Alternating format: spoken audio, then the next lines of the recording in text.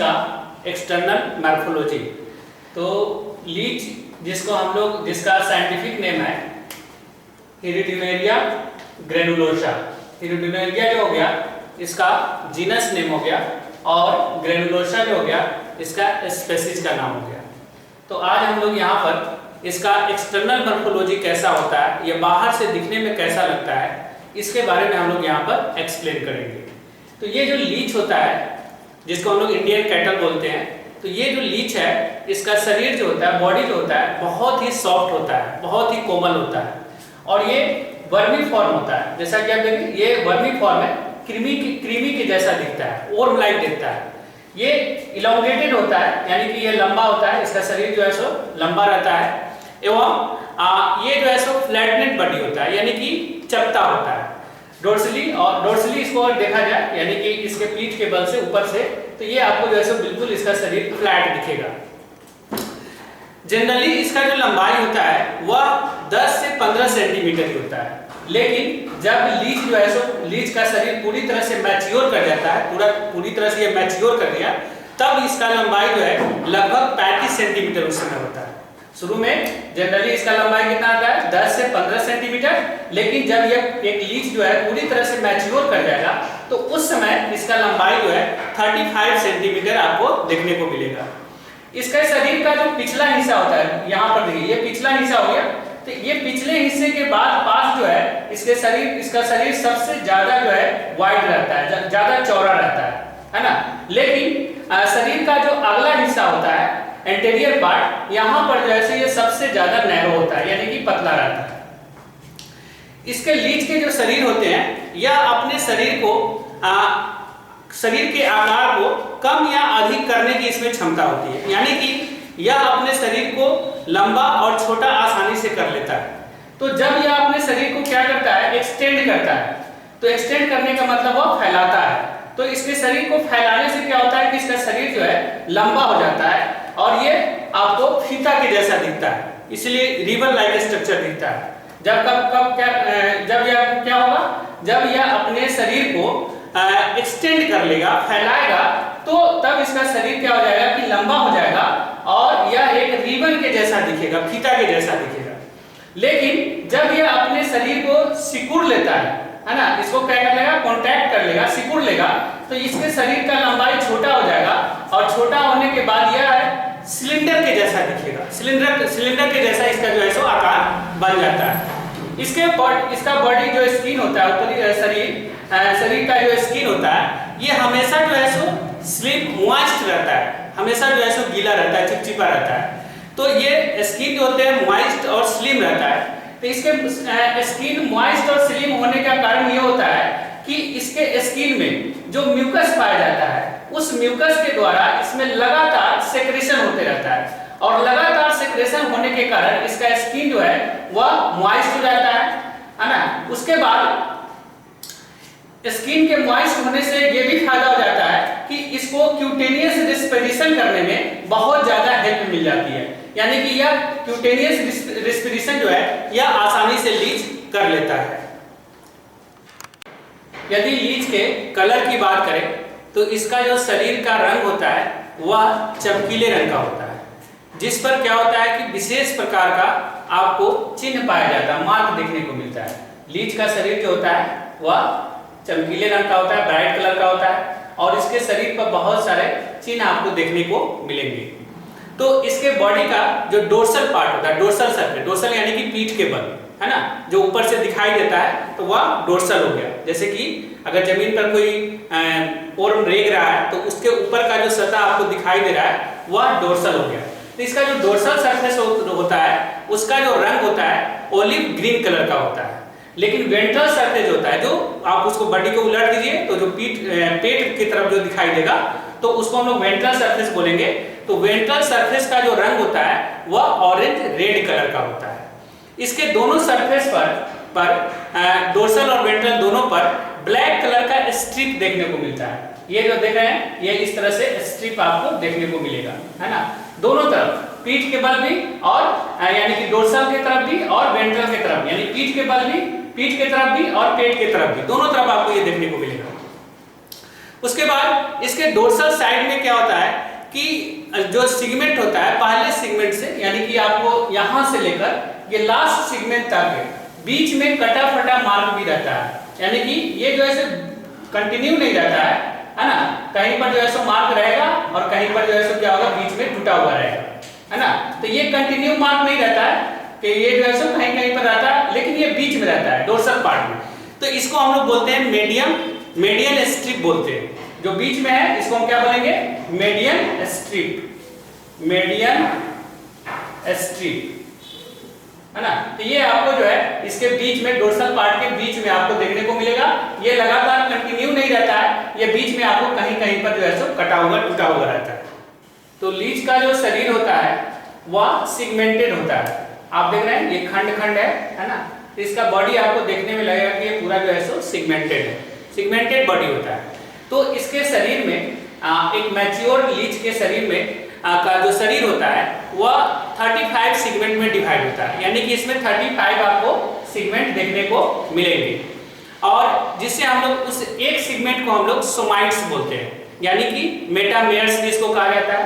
तो इसमें से ये जो सारे सेगमेंट्स है इसमें से हर एक सेगमेंट को क्या बोलेंगे, सोमाइट्स बोलेंगे, सोमाइट्स या मेटामेयर्स भी कहा जाता है इसी को, मेटामेयर्स, है ना। तो इसको एक सेगमेंट को हम क्या बोलेंगे, सोमाइट्स बोलेंगे। तो पहला जो इसमें आप इसके पूरे बॉडी में जो सेगमेंट है, फर्स्ट दो सेगमेंट पहला और दूसरा, है ना, पहला और दूसरा सेगमेंट, और लास्ट वाला लास्ट से 7 सेगमेंट छोड़कर, यानी कि अंतिम से 7 सेगमेंट छोड़कर और स्टार्टिंग से इंटीरियर पार्ट से 2 सेगमेंट को छोड़कर बाकी सभी सेगमेंट में आपको रिंग लाइक स्ट्रक्चर देखने को मिलेगा, यानी कि इसका जो सेगमेंट होता है वह सब डिवाइडेड होता है रिंग्स में, और एक सेगमेंट में लगभग 5 जो है सो रिंग्स होते हैं। एक सेगमेंट में कितने रिंग्स होते हैं, 5 रिंग्स। यदि अगर किसी सेगमेंट में 5 से कम रिंग है तो उसे इनकम्प्लीट माना जाता है। उसके बाद ब्रीडिंग सीजन में जब क्या होता है कि इसमें मेल और फीमेल दोनों जेनाइटल पोर्स आपको देखने को मिलेंगे। तो मेल और फीमेल जेनाइटल पोर्स जो होता है वह 9वें, 10वें और 11वें, ये जो तीनों सेगमेंट होता है यह जैसे इसी तीनों में है टेम्पोररी क्लाइटेलम बन जाता है। तो ये कब बनता है, जब इसका ब्रीडिंग सीजन होता है।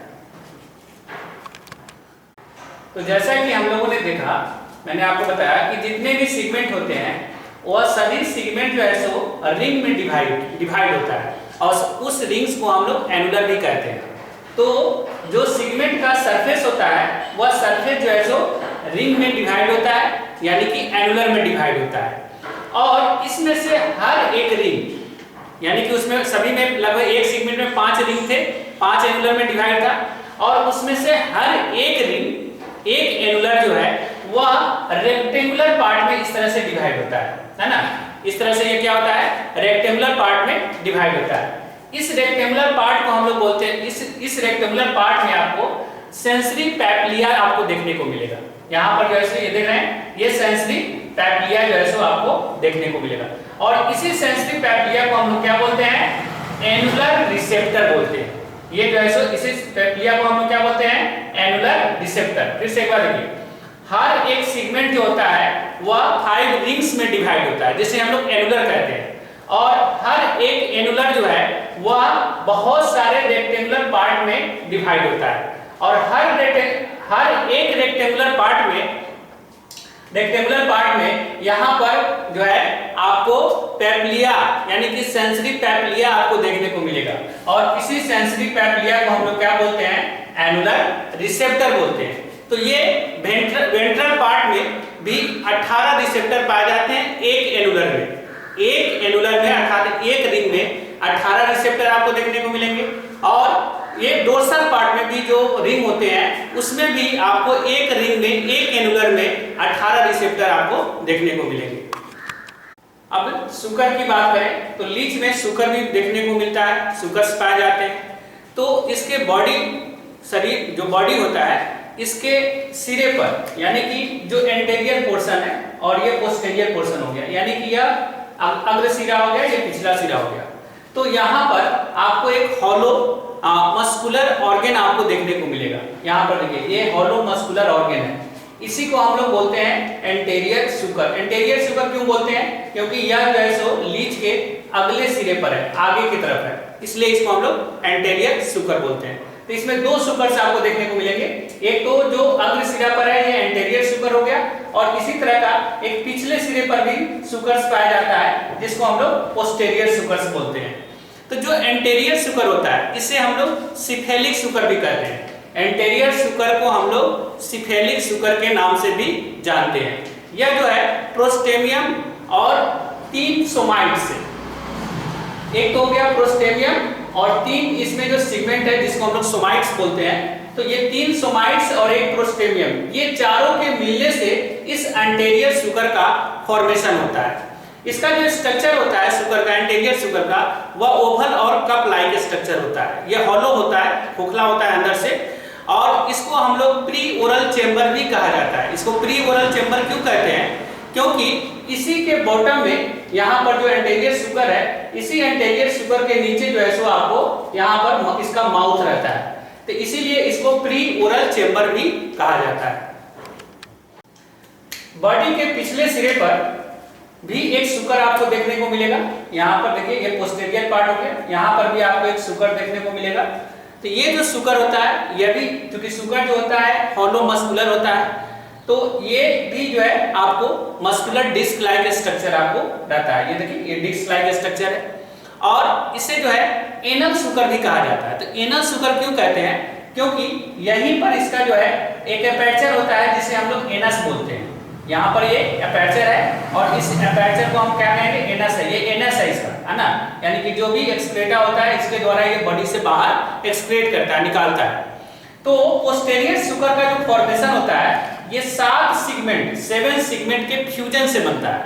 7 सेगमेंट जब आपस में फ्यूज करते हैं, यानी कि ये 27 से लेकर 27 से 33 तक, 27वें सेगमेंट से लेकर 33वें सेगमेंट तक जितने भी सेगमेंट्स होते हैं वह सब आपस में फ्यूज कर पोस्टेरियर सुकर का फॉर्मेशन करता है। तो अब हम लोग जो लीच है, तो इस लीच में बहुत सारे एक्सटर्नल एपर्चर होते हैं। एपर्चर यानी कि बहुत सारे छोटे छोटे पोर्स आपको दिखाई देंगे। तो इस एक्सटर्नल एपर्चर को हम लोग देखते हैं कि ये कहाँ कहाँ पर पाया जाता है और इसको किस किस नाम से हम लोग जानते हैं। तो सबसे पहला एपर्चर जो होगा वह एंटेरियर सुकर है। उस एंटेरियर सुकर के सेंटर में आपको एक बहुत ही छोटा सा नैरो आपको एपर्चर देखने को मिलेगा। इस एपर्चर को हम लोग बोलते हैं माउथ, है ना। तो ये जो माउथ है ये एंटेरियर सुकर के सेंटर में खुलता है ना। यानी कि यहाँ पर जो है एक एपर्चर आपको देखने को मिलेगा जिसको हम लोग क्या बोलेंगे? माउथ, है ना, जिसको हम लोग माउथ बोलते हैं। दूसरा जो है आपको एपर्चर देखने को मिलेगा एनस, है ना, ये यहाँ पर एनस है। तो ये जो है सो एपर्चर है, और ये एपर्चर जो होता है ये इसके 26 सेगमेंट यानी कि जो 26वां सेगमेंट होता है, इस 26वें सेगमेंट में ये आपको देखने को मिलेगा। तो क्या ये क्या है? एनस है। तो जो भी एक्सक्रेटा वगैरह होता है ये एनस के द्वारा ये शरीर से बाहर निकालता है। उसके बाद नेफ्रिडिया, है ना, ये नेफ्रिडिया। तो नेफ्रिडिया भी जो है ये नेफ्रिडिया पोर्स के द्वारा खुलता है। तो यह 17 पेयर नेफ्रिडिया पोर्स जो है इसके शरीर में बाहर की तरफ खुलता है। तो ये जो स्टार्ट होता है ये 6th सेगमेंट से, यानी कि छठे सेगमेंट से लेकर ये आपको 22वें सेगमेंट तक आपको सभी सेगमेंट में आपको नेफ्रिडिया पोर्स देखने को मिलेगा। तो छठे सेगमेंट से लेकर ये 22वें सेगमेंट तक हर सेगमेंट जो होता है, जैसा कि हमने बताया कि जितने भी सेगमेंट होते हैं वह सभी जो है रिंग्स में, एनुलर में डिवाइड होता है। तो जो लास्ट एनुलर होता है, जो लास्ट जो है रिंग होता है, उसी रिंग में जो है ये आपको नेफ्रिडिया आपको देखने को मिलेगा। उसके बाद जेनाइटल पोर्स। तो जेनाइटल पोर्स जो है ये आपको, जैसा कि हम लोगों ने देखा कि 9वें, 10वें और 11वें ये तीनों जो है जो सेगमेंट होता है इसमें टेम्पोररी क्लाइटेलम बनता है, क्लाइटेलम रीजन बन जाता है। ये टेम्पोररी क्लाइटेलम इसमें फॉर्म होता है कब? जब ये ब्रीडिंग स्टेज में आता है, ब्रीडिंग सीजन। तो उस समय 90, 10वें और 11वें ये तीनों सेगमेंट में मेल जेनाइटल और फीमेल जेनाइटल पोर्स यहाँ पर जो है सो आपको देखने को मिलेंगे। तो जो मेल जेनाइटल पोर होता है, तो मेल जेनाइटल पोर जो है ये 10वें सोमाइड में होता है, यानी कि 10वें सेगमेंट में आपको जो है मेल जेनाइटल आपको देखने को मिलेगा, 10वें सेगमेंट में, है ना। 10वें सेगमेंट में हो गया मेल जेनाइटल, है ना। तो ये जो जेनाइटल होता है ये कभी कभी इसमें आपको इसी जेनाइटल में, ये जेनाइटल्स है 10वें जेनाइटल्स में, तो इसमें कभी कभी आपको धागे के जैसा पेनिस भी आपको देखने को मिल सकता है। कभी कभी आपको धागे के जैसा यहाँ पर पेनिस जो है सो निकलता है। तो ये जो है सो मेल जेनाइटल पोर्स हो गया। उसके बाद फीमेल जेनाइटल पोर्स, तो फीमेल जेनाइटल पोर्स जो होता है ये 11वें सेगमेंट में होता है। ये जो 11वां सेगमेंट है इसमें आपको जो है एक अपर्चर दिखाई देगा जो फीमेल जेनाइटल पोर्स कहलाता है। तो ये जो होता है एक जो 11वें सेगमेंट होता है उसके दूसरे और तीसरे, यानी कि इसमें जो रिंग्स डिवाइड है, तो सेकंड और थर्ड रिंग्स जो होता है 11 सेगमेंट के, यानी 11वें सेगमेंट के दूसरे और तीसरे रिंग्स के बीच में आपको जो है फीमेल जेनाइटल पोर्स देखने को मिलेगा।